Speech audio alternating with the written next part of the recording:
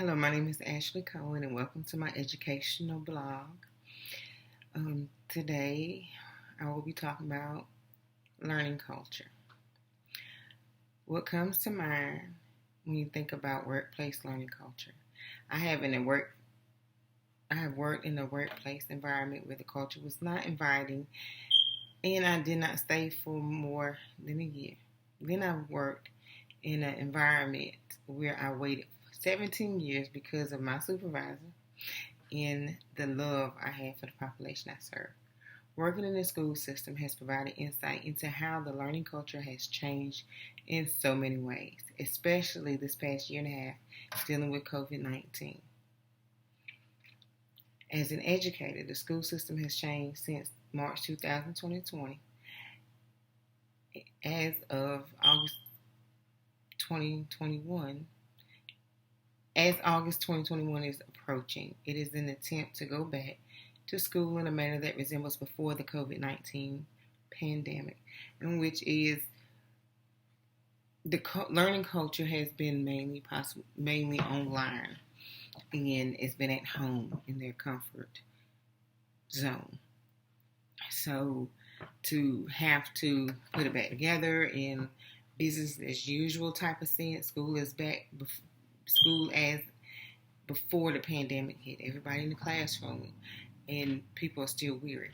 However, the learning culture still has to flow. So, with that being said, you have to now I don't want to say reinvent yourself, but the kids that's coming in this upcoming school year, it's a different type of learning culture for them. Because some of them were supposed to come to kindergarten in school, but unfortunately, parents didn't bring them in. So it's an adjustment period. So, in some research, Berkman states that the schools are constructed, new teachers trained, and materials developed. Capacity development was foreseen for almost every person in the educational system. Education interventions like child-friendly schools, also known as CFS in Cambodia, had and still have a positive impact on education delivery and children's learning, which means that regardless if they come from home and their habits are, to me, my interpretation is, like I was stating, regardless of coming from home, habits that they have formed, even though it might not be something that's ideal for us when they transition back to school, the learning culture still has to be child-friendly. It has to be inviting, as stated before. It has to be an environment where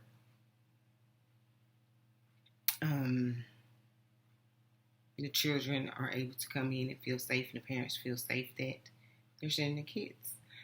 Teaching and learning materials have been distributed in large amounts in school environments, have become safer and more inviting to learn.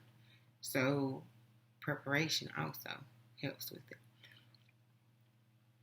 But in the learning environment and learning culture, you also have to be culture sensitive. And when I say culture sensitive, I'm not just talking about race and ethnicity and things that go along that. You have to be, if the culture of the environment of the home, if it's a single parent, if it's extended families living there, you have to be aware of the tone. A child that is used to listening to their dad and not really listening to their mother might not have as much respect for a female teacher as a male teacher. So that is something that has to be established in a loving, nurturing way, but firm, with an equal balance. So you have to make sure that it's understanding. It's the same thing with you might have some students that are English language learners, and make sure that environment is conducive for them. Taking time out to learn Spanish words or possibly Arabic words, whatever nationality or language that child might speak, making sure that environment is inviting to them and their families, so the families can feel safe. Like, okay, the teacher is putting forth the effort in the environment. Saji and his colleagues often describe values when referring to learning as ranging between two poles: what it is versus the desired vision of what ought to be. And we can all plan to see what's going on, and you can plan, and some things and some days it just doesn't go like it's supposed to. But typically what is or learning in formal education is criticized and characterized in terms of values in which merit is based on objective standards that are not set by the learner. At the other end of the continuum, interventions often seek to change these into what ought to be.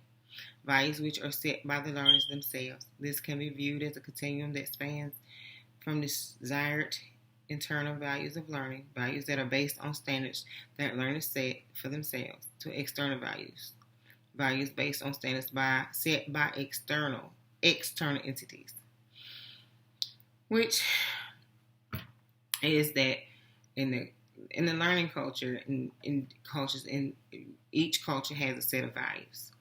Now, that's their values, their home life values. And it's not for us as educators to do away with it, but also add values. We'll be in the external factors of adding value of classrooms in other areas, like work ethics, academic work ethics. They might have household work ethics and being respectful type of ethics. But as far as academics, if they haven't had the exposure or the proper exposure, then that is something that can be incorporated in the learning culture. And mainly being open-minded, I would say, will help in the environment of learning. Being able to use technology to find out information, not just to educate yourself, but to educate other students in your classroom. So once you incorporate all that, I think you'll be good to go.